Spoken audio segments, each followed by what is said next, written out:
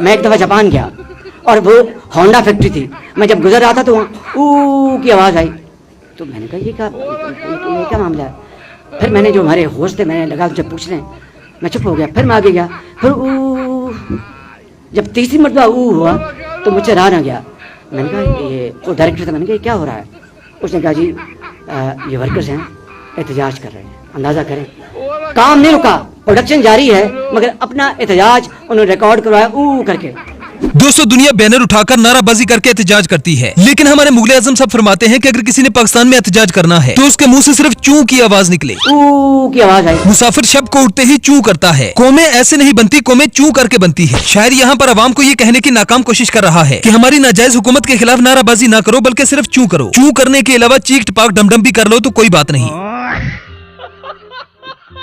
हमारे मुगल आजम साहब को तो 100 तोपों की सलामी देनी चाहिए। आखिर चाइना में ऊ करके तरक्की होती है, जापान में चू करके एहतजाज होता है, और हमारे यहाँ बगैर चू चढ़ा के इलेक्शन चोरी कर लिया जाता है। मुगल आजम साहब को जापान का ऊ और चू चू तो नजर आ गया, लेकिन जापान ने तरक्की किस तरह की ये नजर नहीं आया। वहाँ के सियासतदान चोरी का मैंडेट नहीं लेते, किसी भी वीआईपी को प्रोटोकॉल नहीं दिया जाता। अगर किसी वीआईपी को प्रोटोकॉल दिया जाए तो अवाम के लिए ट्रैफिक नहीं रोकी जाती। क्या जापानियों के पैसे भी हमारे सियासतदानों की तरह मुल्क के बाहर हैं? क्या जापानी दूसरे मुल्कों से कर्जा मांगते हैं? क्या वहाँ पर लॉ एंड ऑर्डर का सिस्टम भी हमारे जैसा है? हमारे मुगल आजम साहब को वहाँ पर सिर्फ चू चू ही नजर आया। वहाँ का इंसाफ, कानून और अदालतें नजर नहीं आई, सियासतदानों की ईमानदारी नजर नहीं आई। इतने अफसोस की बात है कि 75 साल गुजरने के बाद अब हमें पता चला कि जापान जैसे तरक्की याफ्ता मुल्कों ने हूं करके तरक्की हासिल की है। मजे की बात यह है कि मियां साहब को जापान की हूं नजर आ गई, लेकिन अपने घर के गैराज में होने वाली खुड़खड़ को न सुन सके।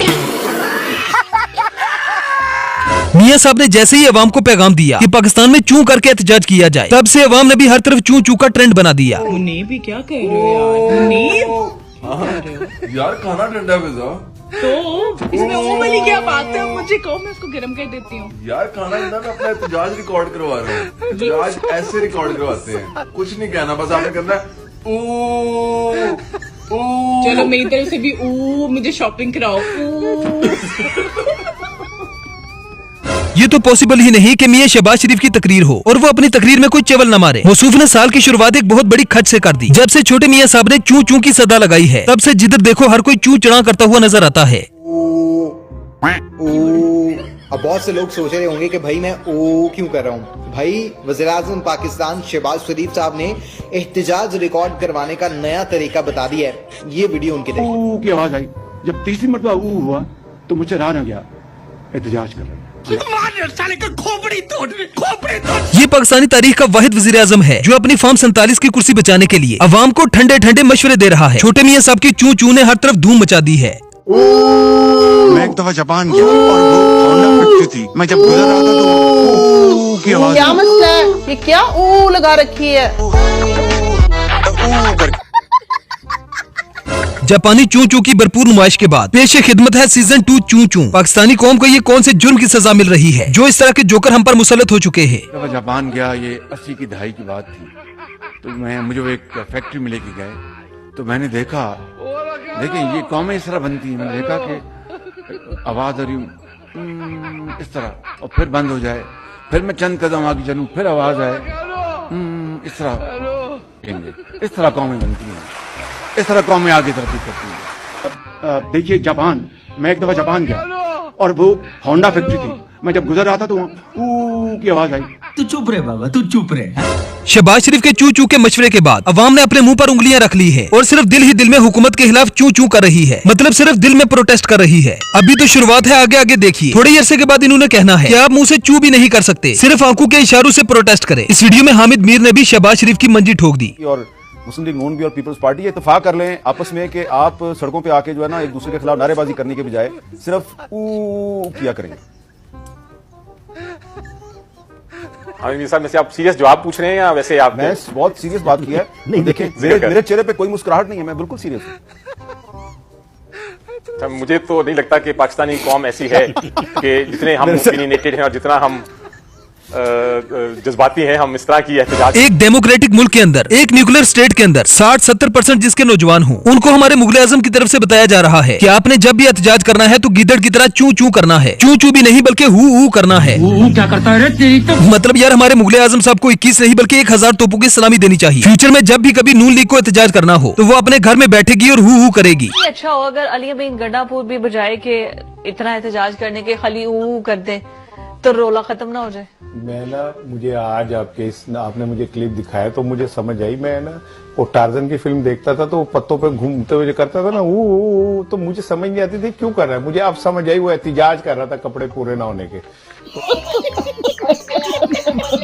जनाब वक्त ऐसा आ गया है कि लगता है इमरान खान कैद नहीं बल्कि हुकूमत कैद में है। हुकूमत खुद एनआरओ मांग रही है कि अगर ये बाहर आ गया तो हमें एनआरओ नहीं मिलेगा। खान ने हमारे छपटे उड़ा के रख देने हैं। मतलब यार हुकूमत अजीब कश्मकश में है। खान को बंद रखते हैं तब भी प्रॉब्लम और अगर निकालते हैं तब भी प्रॉब्लम। सहाराना साहब कैद में तो फिर ऐसे लग रहा है जैसे हुकूमत है कि जिसको आजादी बानी पीटीआई की रिहाई के बाद मिलेगी, सूरत में कि अगर वो बाहर आके कोई वावेला नहीं करते, कोई एहतजाज नहीं करते, कोई प्रोटेस्ट नहीं करते, खामोशी से बैठे रहे। तो यही तो रोल है, और किस चीज का रोल है? वो दो बंदे लड़ रहे थे, एक बंदा नीचे जो गिरा हुआ था, ऊपर बैठा हुआ जो था उसे मार रहा था और रो रहा था। किसी ने पूछा मार भी तू रहा रो भी तू रहा है? उन्हें कहा उठेगा तो मैनू बड़ा मारेगा। और इनका यही तो रोल है इस टाइम कि उठेगा तो सानू बड़ा मारेगा। और रोल है किस चीज का है? और ये एनआरओ इमरान खान से मांग किस चीज कर रहे हैं? एनआरओ तो ये मांग रहे हैं कि भाई तू बाहर निकले तो हमारी जान छोड़ दी। देखा आपने लापरवाही का नतीजा। दोस्तों आज जो लोग पीपल्स पार्टी या फिर नून लीग को सपोर्ट करते हैं उन्हें ये बात कभी नहीं भूलनी चाहिए कि नून लीग और पीपल्स पार्टी आपस में क्या करते रहे, किस तरह से इन दोनों पार्टियों ने कौम को उल्लू बनाया, एक दूसरे को सड़कों पर घसीटने की बातें करते रहे और आज ये दोनों कौम के चोर आपस में इकट्ठे हो गए हैं और एक बार फिर से अवाम को उल्लू बनाया जा रहा है। नवाज शरीफ साहब का दूसरा वजारत उज़्मा का दौर था। उन्होंने स्विस हुकूमत को एक खत लिखा कि $60 मिलियन पड़े हुए हैं आसिफ अली जरदारी साहब के स्विस बैंकों में। ये पैसे हमारे हैं, इस मुल्क के हैं, गरीब आवाम के हैं। ये आसिफ अली जरदारी के पैसे नहीं हैं, ये लूट का माल है जो वहां पड़ा हुआ है, ये वापस जरा भिजवा दें। और पता है वो खत किसने लिखा था नवाज शरीफ साहब के बिहाफ पे? उनके अटॉर्नी जनरल मोहम्मद फारूक साहब ने। और पता है मोहम्मद फारूक साहब कौन है? वो हैं मौजूदा वजीर खजाना मोहम्मद औरंगजेब साहब के वालिद। तो अब उसी आसिफ अली जरदारी को वोट देकर नवाज शरीफ साहब ने सदर बनवाया है और उसी जरदारी साहब के साथ कल बैठे हुए थे शहबाज शरीफ साहब, जो उनको जर बाबा कहते थे, अली बाबा 40 की ओर कहते थे, पेट चीरूंगा, लाड़काना कराची की सड़कों पर घसीटूंगा, मरसूं कम ना करसूं। भट्टी साहब क्या कर रहे हैं आप? असद भाई 3 हफ्ते हो गए मुझे ऑफ नहीं मिला और मैं अपना एहतजाज रिकॉर्ड करवा रहा हूँ क्योंकि हमारे वज़ीर आज़म ने यह एहतजाज करने का नया तरीका बताया कि आपने काम भी करना है और एहतजाज भी आपने रिकॉर्ड करवाना है। तो मैं अपना काम भी कर रहा हूँ और एहतजाज भी रिकॉर्ड करवा रहा हूँ।